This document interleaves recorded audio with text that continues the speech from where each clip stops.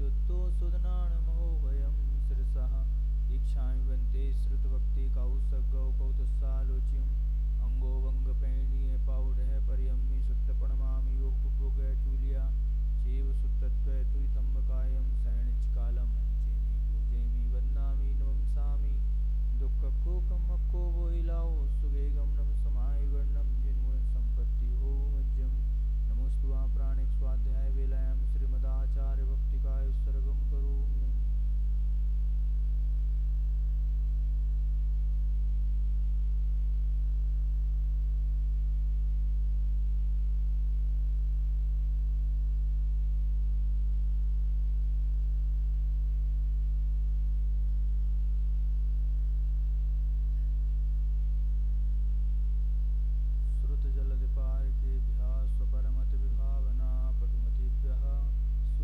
तपोनिधिभ्यो नमो गुरुभ्यो गुणगुरुभ्यः छत्तीस गुण समग्रे पंचविहाचार्यकरण संदर्शे शिष्यानुग्रह कुशले धम्माईरिय सदा वंदे गुरुभक्ति संजमेणया तरंत संसार सायरं घोरं छिन्नन्ति अट्टकमं जम्मं मरणं न पाविन्ति ये नित्यमृतवन्त होम निरता ध्यानाग्निहोत्राकुलः षट्कर्मा विरतास्तपोदन्दना साधु प्रिया साधुवा शील प्रावरणा गुणपहरणा छन्दार्गते ज्योतिकाः मुक्षद्वार कपाट पाट नवटः प्रीणन्तु मां साधवः गुरुवः पान्तु नो नित्यं ज्ञानदर्शननायकाः चारित्राणो गम्भीरा मोक्षमार्गोपदेशकः इच्छामि वन्ते आयुर्भक्ति कौसगौ कौतुस्सालोच्यं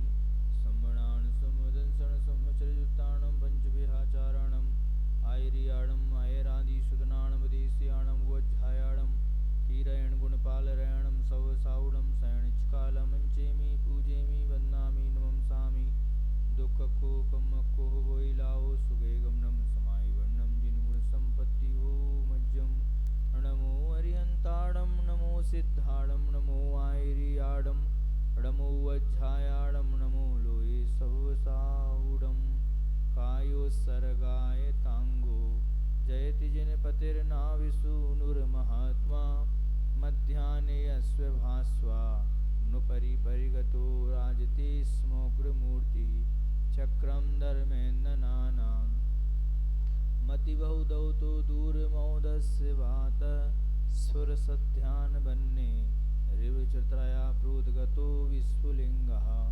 जब लोग कुंडलपुर के बड़े बाबा श्री आदिनाथ भगवान की, मूल नायक चिंतामणि एक हजार श्री पार्श्वनाथ भगवान की, संत शिरोमणि आचार्य भगवान गुरुवर श्री विद्यासागर जी महाराज की, परम पूज्य आचार्य गुरुवर श्री 108 समय सागर जी महाराज की, आचार्य पद्मनंदी जी महाराज की।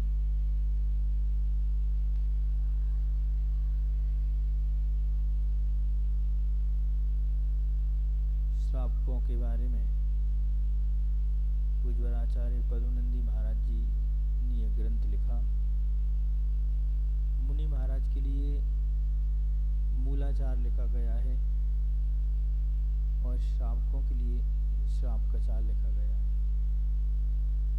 इसलिए सर्वप्रथम जब किसी की दीक्षा होती है तो उनके लिए मूलाचार का स्वाध्याय कराया जाता है और श्रावकों से कहते हैं कि तुम लोग श्रावकाचार का स्वाध्याय करो। जब हम लोगों की दीक्षा हुई तो दीक्षा के पहले से ही हमारे मन में एक बहुत अच्छी जिज्ञासा थी कि पूज्य गुरुदेव के मुख से मूलाचार का स्वाध्याय करने का सौभाग्य प्राप्त होगा। दीक्षा हुई और दीक्षा के उपरांत पूज्य गुरुदेव ने प्रतिक्रमण अर्थ का स्वाध्याय हम लोगों के लिए कराया।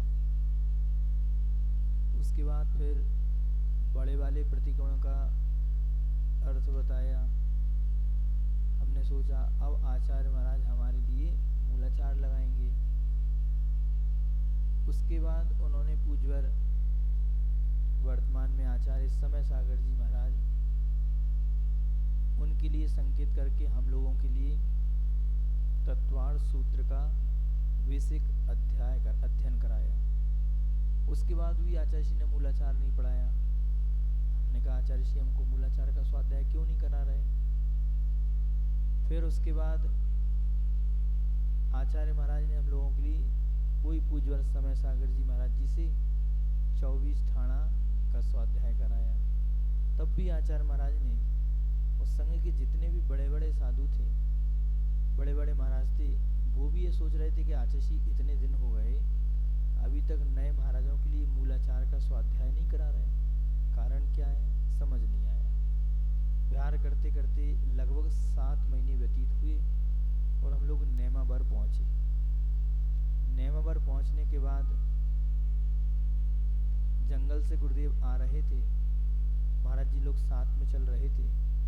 तो चलते चलते कहते हैं अब हमने सोचा है नए नए महाराजों को मूलाचार का स्वाध्याय करा दे। उसके पहले समझ में नहीं आता था कि मूलाचार में है क्या। ये तो जानते थे कि मुनियों के आचार्य के बारे में उसमें उल्लेख दिया गया है, लेकिन एक जिज्ञासा थी, एक अंदर ललक थी। वो ललक थी कि गुरुमुख से सुनना है, पढ़ना है। 7 माह के उपरांत पूज्य गुरुदेव ने नेमावर में बड़े महाराज लोगों के लिए थोड़ा सा संकेत किया, नए महाराजों के लिए मूलाचार का स्वाध्याय करने के भाव है।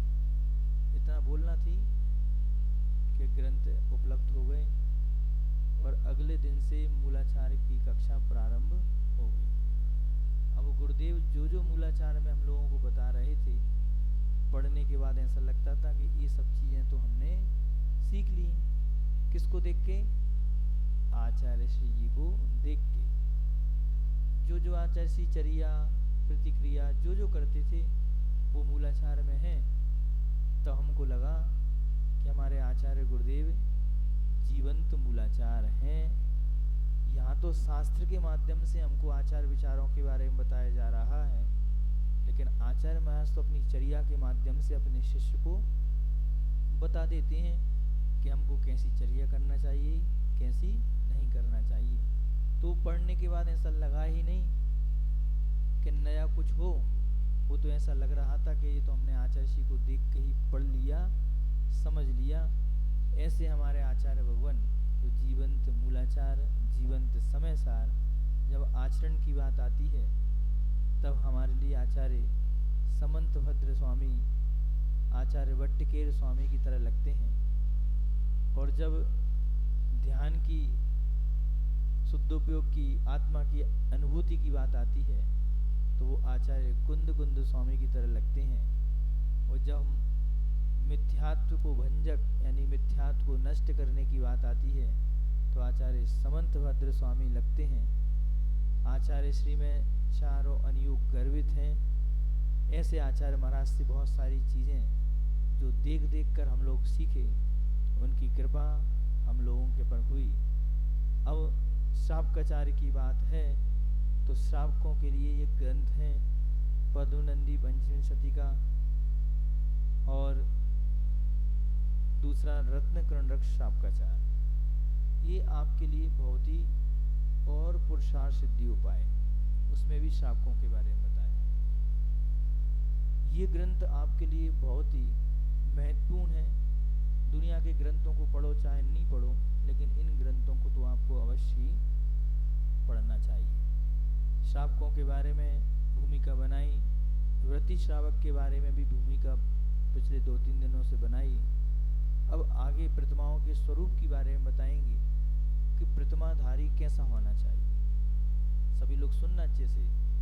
जो प्रतिमा जिन्होंने ली हैं वो भी ये समझे कि क्या हम इन प्रतिमाओं के स्वरूप इतने अच्छे तरीके से आचार्य भगवान ने बताए हैं कि हम पालन कर रहे हैं क्या, और अगर नहीं पालन कर रहे हैं तो अब अपन को प्रारंभ करना है कि नहीं, अब ऐसे हम पालन करेंगे। और जिन लोगों की मन बन रहा है कि नहीं हम लोगों को भी प्रतिमाओं को स्वीकार करना है। कौन सी प्रतिमा? मंदिर में विराजमान वाली नहीं तुम सोचो कि महाराज जी हम तो आप जितनी बोलो उतनी ले लें।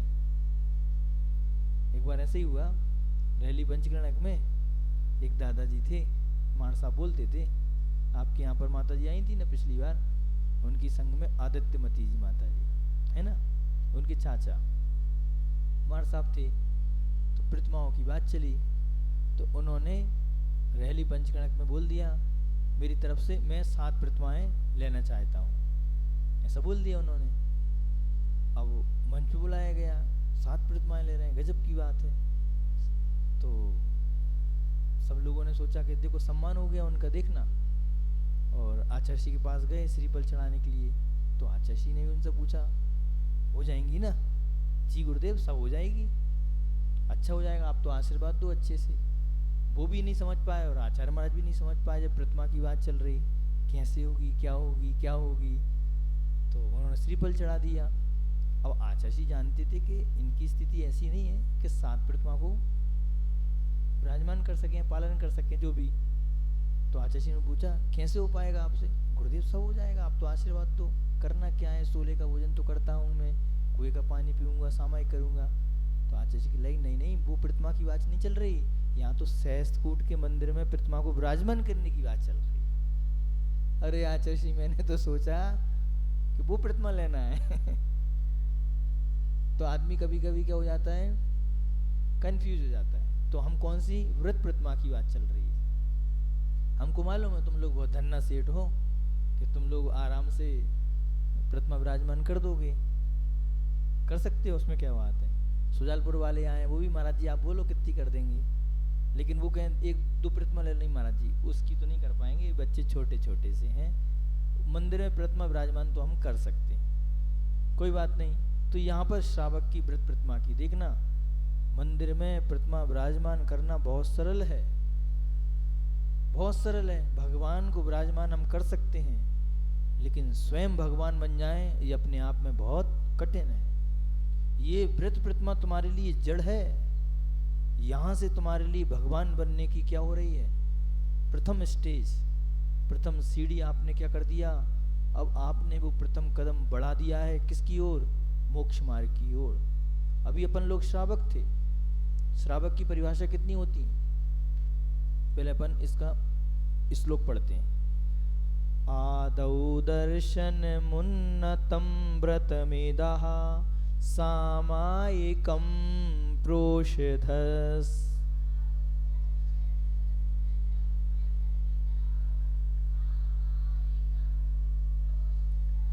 आदौ दर्शनमुन्नतं व्रतमितः सामायिकं प्रोषधस्।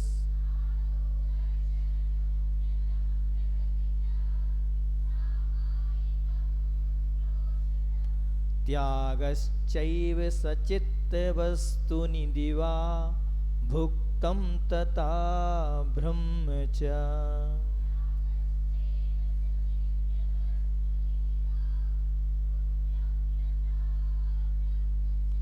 त्यागश्चैव सचित्तवस्तुनि दिवा भुक्तं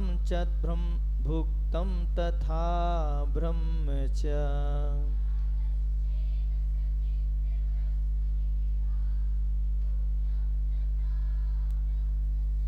नारंभो न परिग्रहो ननुमतिर्नोदिष्टमेकादश।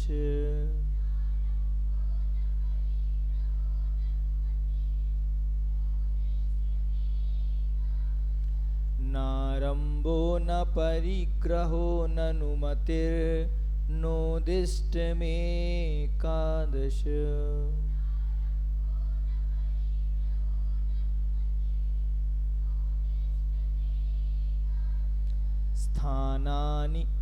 स्थानानीति ग्रहीव्रते व्यसनिता त्यागस्तदाद्यः स्मृतः।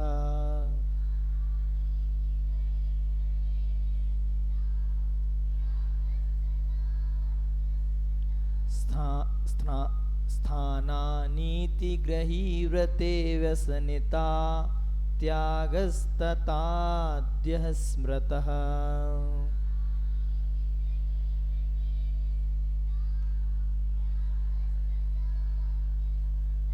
पढ़ो सभी लोग। आद्यौ दर्शनमुन्नतं व्रतमितः सामायिकं प्रोषधस्त्यागश्चैव सचित्तवस्तुनि दिवा भुक्तं तथा ब्रह्म च नारम्भो न परिग्रहो ननुमतिर्नोदिष्टमेकदश स्थानानीतिग्रही व्रते व्यसनिता त्यागस्तदाद्यः स्मृतः। उच्चारण आ गया सबको? बहुत अच्छी। इसमें आचार्य महाराज कहते हैं गृहीवते ग्रस्त धर्मे इति एकादश स्थानानि सन्ति धर्मार्थम तान्येव दर्शति आदौ प्रथमतः दर्शनं दर्शन प्रथमः इतः पश्चात् व्रत प्रथमः तथा सामायिकं सामायिक प्रथमः तथा प्रोषिदं प्रोषिदोपवास प्रथमः च पुनः एव निश्चयेन सचित्तवस्तूनि त्यागः तथा दिवा भुक्तं रात्रौ स्त्री अवसेव्यः तथा ब्रह्मचर्ये प्रथमा आरंभो न परिग्रहो न अनुर्मतिर न उद्दिष्टं न ग्रही धर्मे एकादश स्थानानि कथितानि तासां प्रथमानाम् आद्यस्तदाद्या व्यसनाता त्यागा स्मृता कथिता। आचार्य महाराज यहाँ प्रतिमाओं के स्वरूप बताते हुए कहते हैं कि प्रतिमाएं 11 प्रकार की होती हैं, ठीक है ना। श्रावक की कितनी प्रतिमाएं होती हैं? 11 प्रतिमाएं होती हैं। चाहे वो छुल्लक हो वो भी कैसे कहलाएंगे? 11 प्रतिमाधारी। छुल्ली का भी होंगी, वो कौन सी प्रतिमाधारी? 11 प्रतिमाधारी। अब उसमें क्या है, वो उत्कृष्ट श्रावक कहलाएंगे जो 11 प्रतिमाधारी होते हैं। तो सबसे पहले अपन को पढ़ना है श्रावक किसे कहते हैं।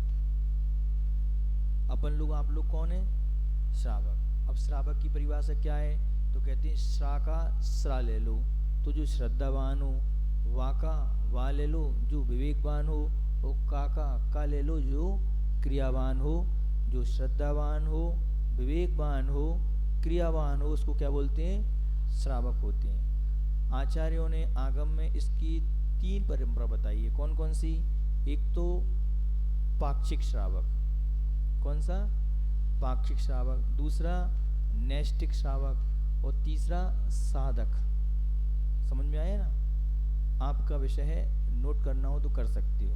बैकाई के लिए दिया सब्जी लेवे।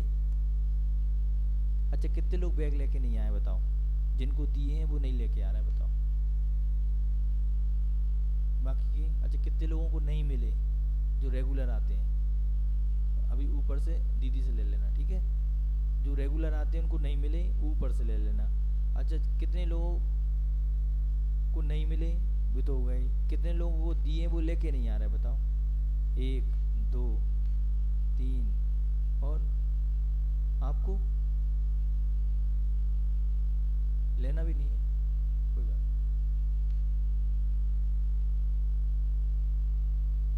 तो जिनको नहीं मिले वो ले सकते हैं, और जिनको दिए हैं कृपया लेके आए। वो जिसको पुस्तक नहीं मिली पुस्तक भी ले सकते हैं। अब देखो, पर्यूषण के बाद या पर्यूषण के पहले जितना पढ़ाएंगे उनका एग्जाम लेंगे। हाँ, उसके बाद फिर फाइनल एग्जाम हमारे जाने के पहले लेंगे, ठीक है ना। सोजालपुर जाना नहीं।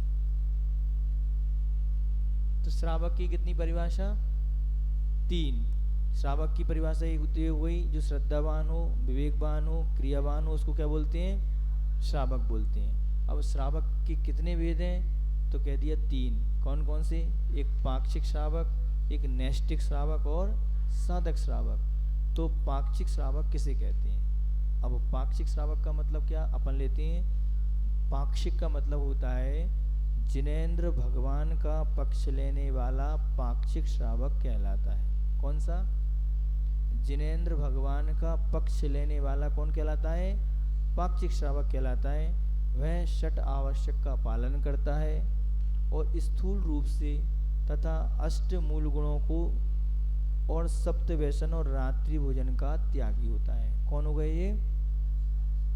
कौन कौन सी परिभाषा है? जिनेंद्र भगवान के पक्ष को लेने वाले को क्या बोलते हैं? पाक्षिक। षट आवश्यक का, षट आवश्यक कौन से हो गए? अभी बताए थे। देव पूजा, गुरु उपासना, स्वाध्याय, संयम, तप और दान, ठीक है, पालन करता। स्थूल रूप से क्या करेगा वो? अष्ट मूल गुण का पालन करेगा, सप्तव्यसनी का त्याग करेगा और रात्रि भोजन का त्यागी होगा। इसका मतलब कौन है? तुम लोग जिनकी प्रतिमाएं नहीं है। आप लोग कौन कहलाते हो? पाक्षिक श्रावक। अब समझ जाओ कि क्या आचार्य महाराज ने जो श्रावक के 3 भेद बताए हैं, उन तीनों भेदों में हम कौन से भेद का पालन कर रहे हैं? पहले वाले का कर रहे हो क्या? सप्तव्यसन का त्यागी है हो महाराज, सप्तव्यसन का त्याग है। अष्टमूल गुणों का पालन करते हैं क्या? कौन कौन से हैं अष्टमूल गुण? 5 उदंबर और 3 मकार। कौन कौन से हो गए पंच उदंबर फल में? पढ़ पाकर, उमर पाकर, कटुमर और मध्यमास मधु। ये कैसे हो गए? अष्टमूल गुण के धारी। कौन हो गए? श्रावक। पालन है आप लोगों का। अब हम आपसे पूछ रहे हैं, बाजार में दवाई सिरप पीते हो? सिरप पूछ रहे हैं हम तो। जो पीता है तो उसके लिए क्या बोल दिया? उसमें शहद होती है, और शहद जो है वो मधुमक्खियों की बमन है। क्या है वो? मधुमक्खी जो रहती है ना, वो क्या करती है? पराग को चूस के